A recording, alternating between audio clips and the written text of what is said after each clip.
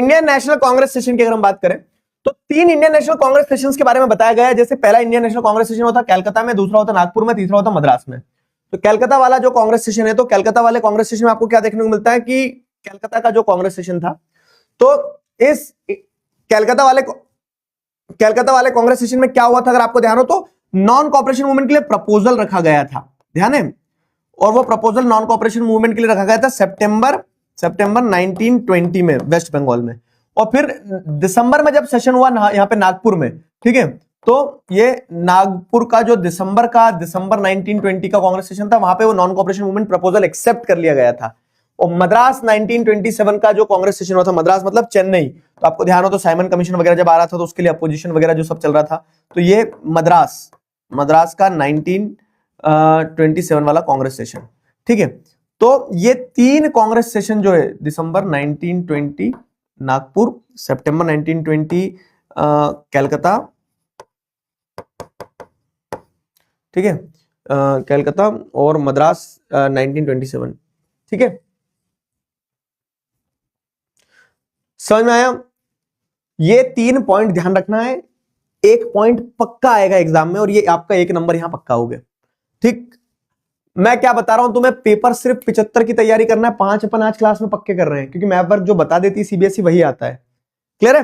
तो मैं इनके आंसर्स यहां पे भी दे रहा हूं आपको, तो कोई कंफ्यूजन नहीं रहेगा। जैसे तो कलकत्ता का मतलब आंसर वाला पीडीएफ जो है ना आपको यहां मिल जाएगा। तो कलकत्ता का कांग्रेस सेशन यहां हुआ था, ठीक है, तो ये कलकत्ता का कांग्रेस सेशन जैसे आपने ये दिख लिया, नंबर 1 जो आपने लगा दिया, ठीक है। तो नॉन कॉपरेशन मूवमेंट का प्रपोजल रखा था, मतलब ये तो ध्यान रख लेना, ये पूछेगा कोई नहीं कि नॉन कॉपरेशन मूवमेंट का प्रपोजल यहां लाए गए थे। फिर उसके बाद में क्या है, नॉन कॉपरेशन मूवमेंट को एक्सेप्ट कहां किया गया, दिसंबर 1920 महाराष्ट्र में, ठीक है, नागपुर में, फिर मद्रास में, तमिलनाडु में, यहाँ पे साइमन कमीशन के अगेंस्ट में जो वो था, चेन्नई वाला जो पार्ट है ना, वहां पे देखो 19-20 चल जाता है, आप थोड़ा यहां लगा दो, थोड़ा यहां लगा दो, थोड़ा यहां लगा दो, वो चल जाता है। लेकिन अगर आप यहां लगाओगे चेन्नई तो गलत हो जाएगा ना बाबू, तो वो मैप पे पॉइंटिंग में थोड़ा 19-20 चलता है। क्लियर हुआ ये तीनों पॉइंट्स? तो फर्स्ट, सेकंड और थर्ड 3 इंपॉर्टेंट कांग्रेस सेशन ही हो गए आपके, क्लियर है।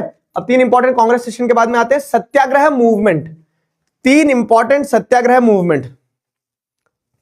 तो सत्याग्रह मूवमेंट कौन कौन से थे, जैसे चंपारण, महात्मा गांधी इंडिया में आए 1915 में, 16 में उन्होंने घूमे और 17 से उन्होंने इधर उधर जाना शुरू करा कंट्री में अलग अलग पार्ट पे। तो पहले वो चंपारण में गए थे, है ना, ध्यान है चंपारण में क्यों गए थे वो, क्वेश्चन ध्यान करना। तो चंपारण में क्यों गए थे वो, इंडिगो, मैंने एक स्लाइड पे इसीलिए आंसर्स लगाए, पहले यहां पे मैं तुम्हें क्वेश्चन याद दिलवाऊं। इंडिगो प्लांटर्स जो थे, ठीक है, उनके सपोर्ट में गए थे। ध्यान आ रहा है? खेदा क्यों गए थे वो, खेदा में प्लेग ब्रेकआउट हो गया था, तो वहां पे जो पीजेंट्स थे उनको सपोर्ट करने के लिए गए थे, पीजेंट्स के सपोर्ट में गए थे वो, ध्यान आ रहा है। फिर क्या, अहमदाबाद मिल वर्कर्स में ओनर्स के अगेंस्ट में, ध्यान आ रहा है, ओनर्स के अगेंस्ट, ओनर्स जो थे तो जो वर्कर्स थे उनको क्या बोल सकते हैं ना कि जो इंडिगो प्लांटर्स के जो वो सॉरी इंडिगो बोल रहा हूं, जो कॉटन मिल वर्कर्स थे, वर्कर्स स्ट्राइक पे थे कि ओनर्स उनकी वेजेस वगैरह को रिड्यूस कर चुके, तो उनके ओनर्स के अगेंस्ट में सत्याग्रह। महात्मा गांधी का मानना था गलत गलत है, चाहे वो ब्रिटिशर्स करे चाहे इंडियंस करे, ठीक है। तो ये 3 पॉइंट थे। फिर क्या है, जलियांवाला बाग इंसिडेंट, जलियांवाला बाग इंसिडेंट कहां हुआ था, ध्यान है आपको, अमृतसर में हुआ था। क्यों हुआ था, तो साइमन कमीशन और वो सारा सब कुछ ध्यान आ रहा है। तो अमृतसर वाला जो केस था कि वहां पे अमृतसर में आवाज उठाने के लिए गए थे। फिर थर्ड हो गया। फिर 4th पॉइंट है दांडी मार्च। तो दांडी मार्च क्या था, तो दांडी मार्च अगर आपको ध्यान आ रहा हो तो अपने आश्रम साबरमती आश्रम से निकलना शुरू किया इन्होंने। साबरमती आश्रम से कहां तक पहुंचे, दांडी कोस्टल टाउन तक पहुंचे। दांडी कोस्टल टाउन में जाके उन्होंने सॉल्ट लॉ को ब्रेक किया था, तो वो दांडी मार्च वाली चीज हो गई, ठीक है, वो दांडी मार्च वाली चीज हो गई। तो ये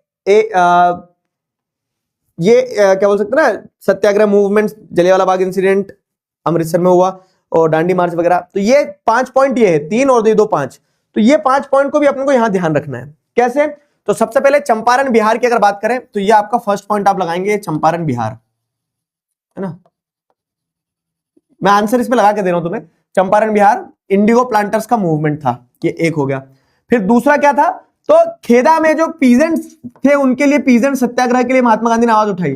तो खेदा में ये पीजेंट सत्याग्रह के लिए महात्मा गांधी ने आवाज उठाई, तो ये खेदा पीजेंट सत्याग्रह सेकंड पॉइंट हो गया। अब यहां पे बच्चे कंफ्यूज होते हैं, अहमदाबाद ऊपर है, ध्यान रखना, और खेदा नीचे है थोड़ा, तो अहमदाबाद के बाद में खेदा है। तो अहमदाबाद में क्या किया था, तो जो कॉटन मिल वर्कर्स थे उनके सत्याग्रह में सपोर्ट पे पहुंचे महात्मा गांधी। तो ये 3 सत्याग्रह मूवमेंट हो गए। अब फिर क्या है, इसके अलावा 2 और पॉइंटर्स जो है, तो जलियांवाला बाग इंसिडेंट यहां हुआ अमृतसर में, है ना, तो ये लगा दिया जलियांवाला बाग इंसिडेंट, ये अमृतसर में हुआ, यहाँ पे जलियांवाला बाग इंसिडेंट हो गया।